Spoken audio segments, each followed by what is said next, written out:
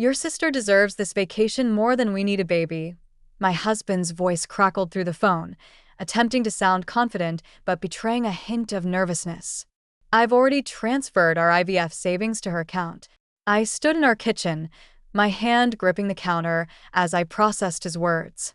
The $45,000 we'd spent 3 years saving, the money that represented our hopes and dreams of starting a family, gone. Given to his sister Emma for a luxury European vacation. Perfect, I replied, my voice steady. Thanks for letting me know. There was a pause on the other end. This wasn't the reaction David had expected. He'd been prepared for tears, for anger, for the emotional outburst he'd grown accustomed to dismissing as my baby fever. Instead, he got calm acceptance.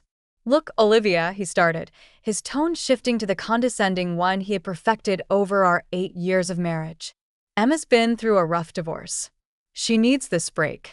We can always save up again for the IVF. You're only 34. There's plenty of time. I looked down at the papers on the counter in front of me. Documents I'd received just 2 weeks ago from my doctor. Papers that would have shattered David's convenient narrative about plenty of time. Papers that made his betrayal even more devastating. You're right, I said, surprising myself with how easily the lie came. Emma deserves this. I hope she has a wonderful time. Really? David sounded suspicious now. That's it? No argument. No argument, I confirmed. I need to go. I'm running late for my shift at the hospital. I hung up before he could respond, before the trembling in my hands could reach my voice.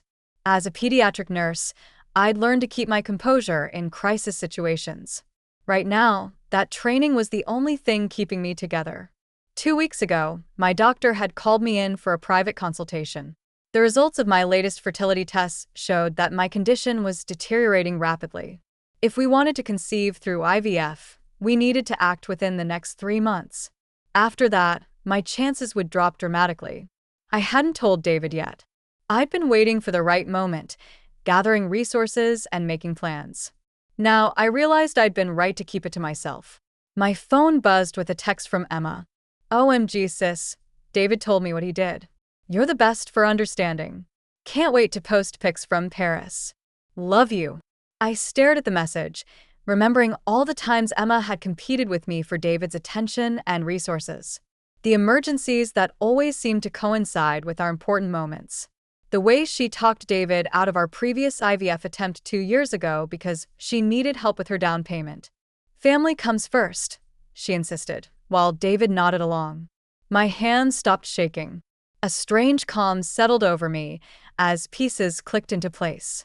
All those years of playing second fiddle to Emma's needs, of watching David prioritize his sister's whims over our future, they'd been leading to this moment.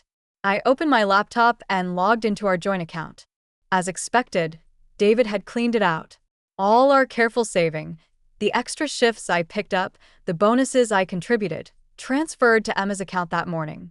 What David didn't know was that I'd seen this coming. 6 months ago, after Emma's divorce, I'd watched her eyeing our savings with that familiar calculating look. I started preparing then, opening a separate account at a different bank.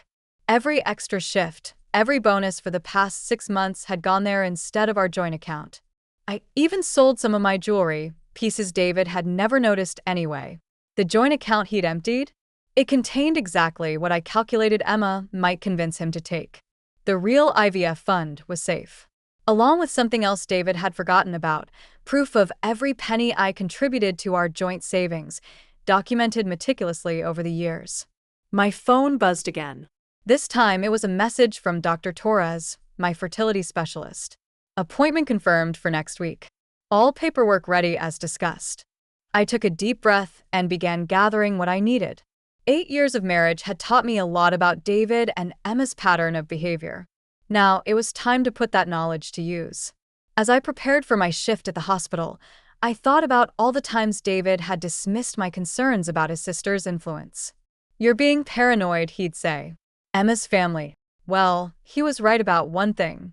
Family does come first. As I walked through the hospital corridors during my shift, memories of the past 8 years played through my mind like a movie reel. Each scene revealed a pattern I'd been too loyal, too trusting to acknowledge. The time David postponed our honeymoon because Emma had a crisis with her then husband. The anniversary he missed because Emma needed help moving. Every milestone in our marriage seemed to have Emma's shadow looming over it. Olivia. Sarah, my colleague at the pediatric ward, called out. Everything okay? You seem distracted.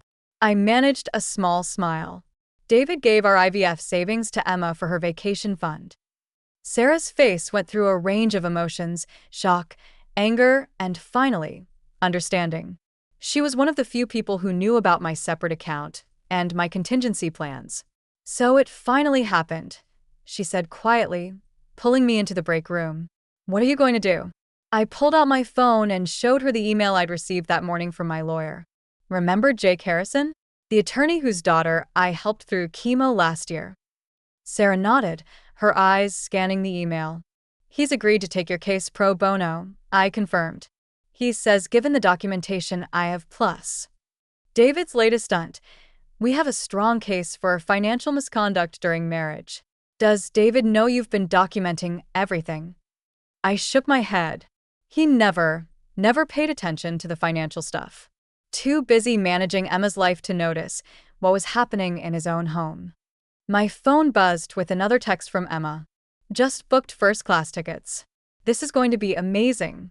Thanks again for being so understanding. Sarah read the message over my shoulder and scoffed. She's really rubbing it in, isn't she? Let her. I replied, my voice steady. Every message, every post, every flaunt is just more evidence. During my lunch break, I called Dr. Torres to confirm the details of our plan. As one of the top fertility specialists in the state, she had connections with several clinics that offered financing options. Between my separate savings and their program, we could proceed with the IVF as planned. Are you sure you want to do this alone? She asked gently. I'm sure, I replied. I've spent 8 years waiting for David to choose our family over his sister's demands. I'm done waiting. When I got home that evening, David was waiting. He had that familiar look, the one that meant Emma had convinced him he was right, and I was being unreasonable.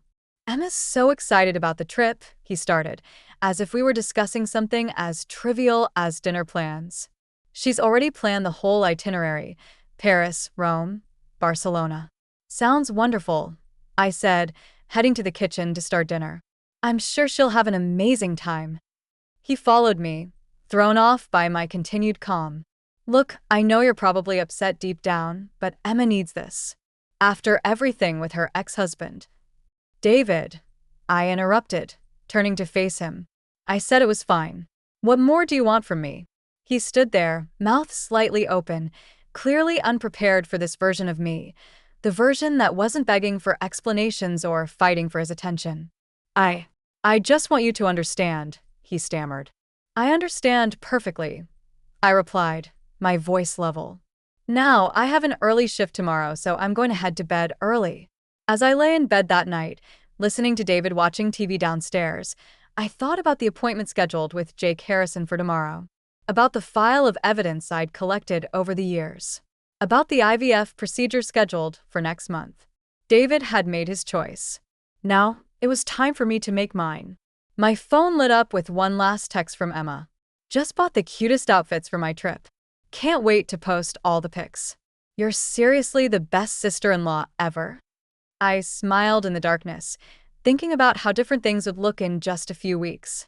Emma had no idea she was documenting her own downfall, one gleeful post at a time. Tomorrow would be the first step toward my new future. With or without David, I was going to have the family I always dreamed of. And no one, not even his precious sister, would stand in my way this time. The next morning, I met with Jake Harrison in his office downtown. The space was warm and professional, much like Jake himself. He spread out the documents I provided on his mahogany desk, nodding as he reviewed them. This is thorough, he said, picking up the detailed record of my contributions to the joint account.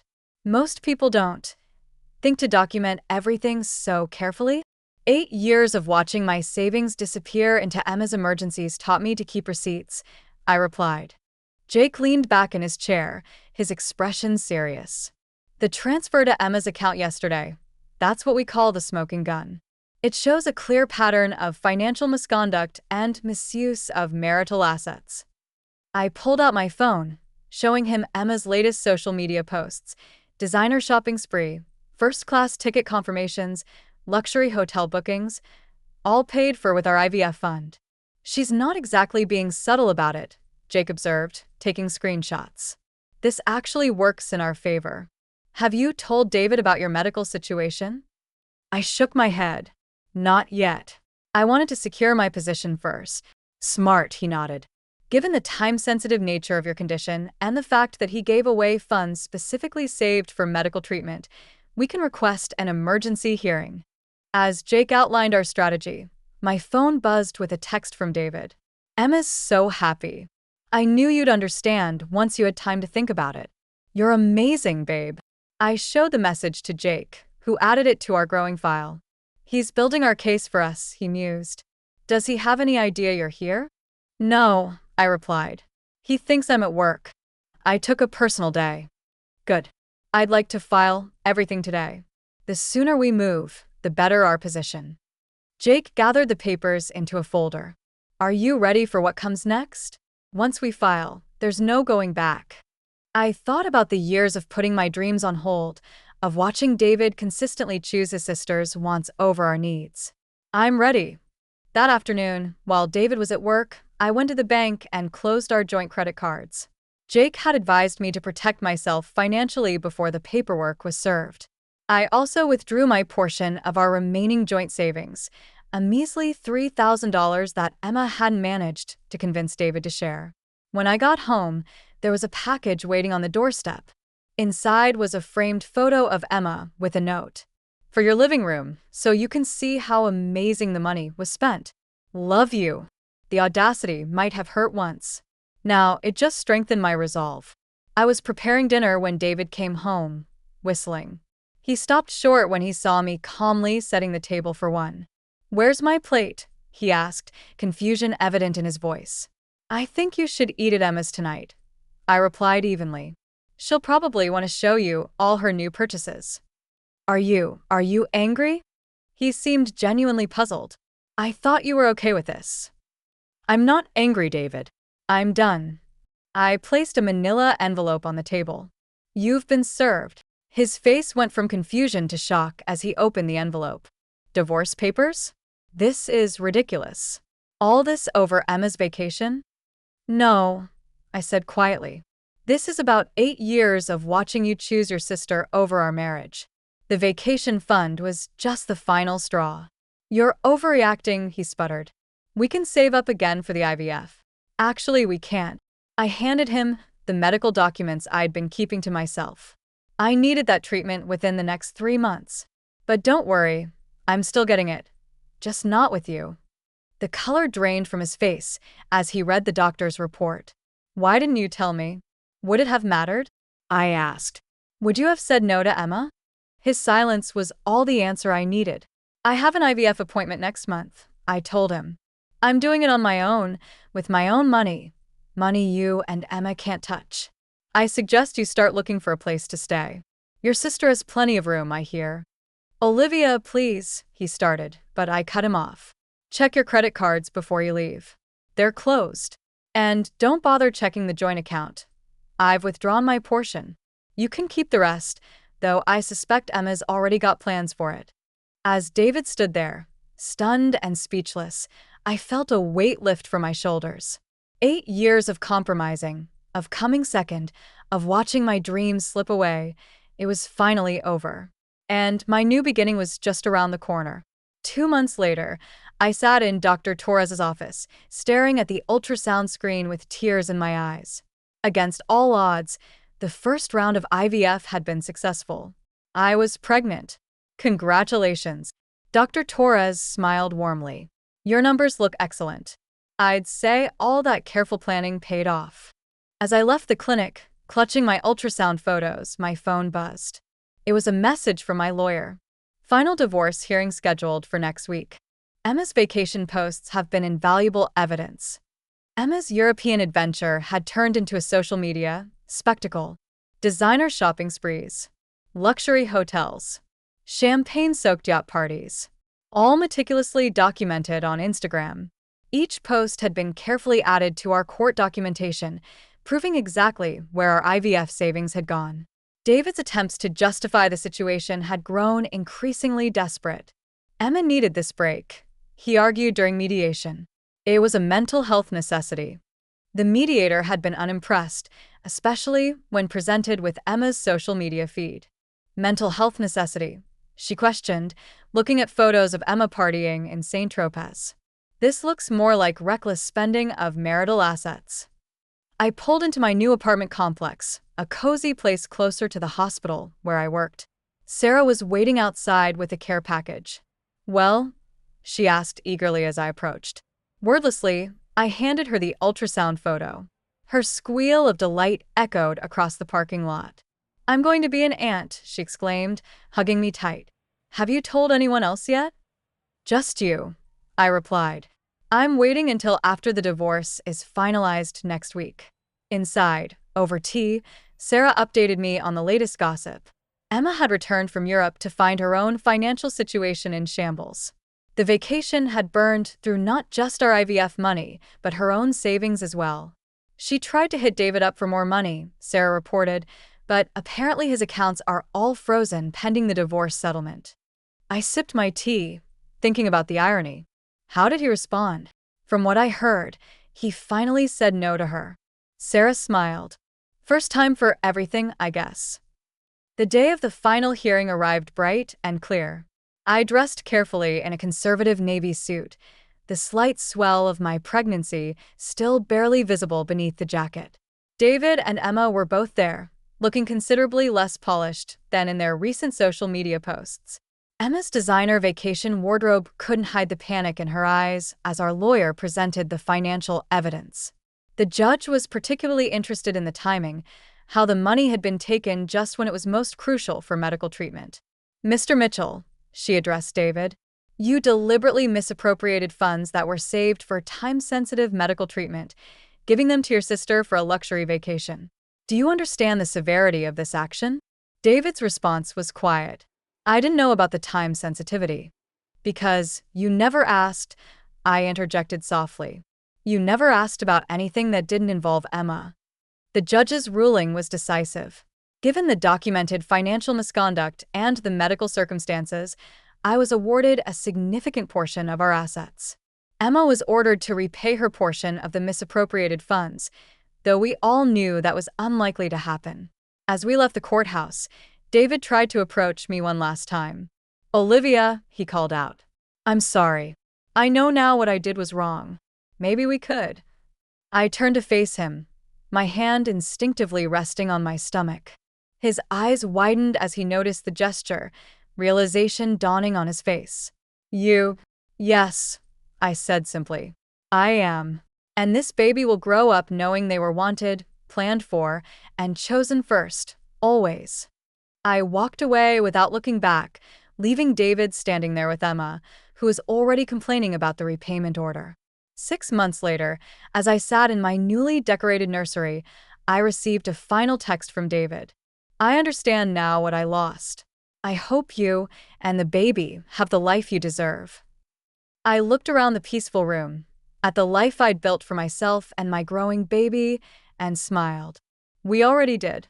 Sarah brought over dinner that evening, and as we sat talking about the future, about baby names and nursery colors and all the joy ahead, I felt complete. The path hadn't been what I expected, but it had led me exactly where I needed to be. My hand rested on my growing belly, feeling the baby kick. "We're going to be just fine, little one," I whispered. "Just fine indeed." And we were.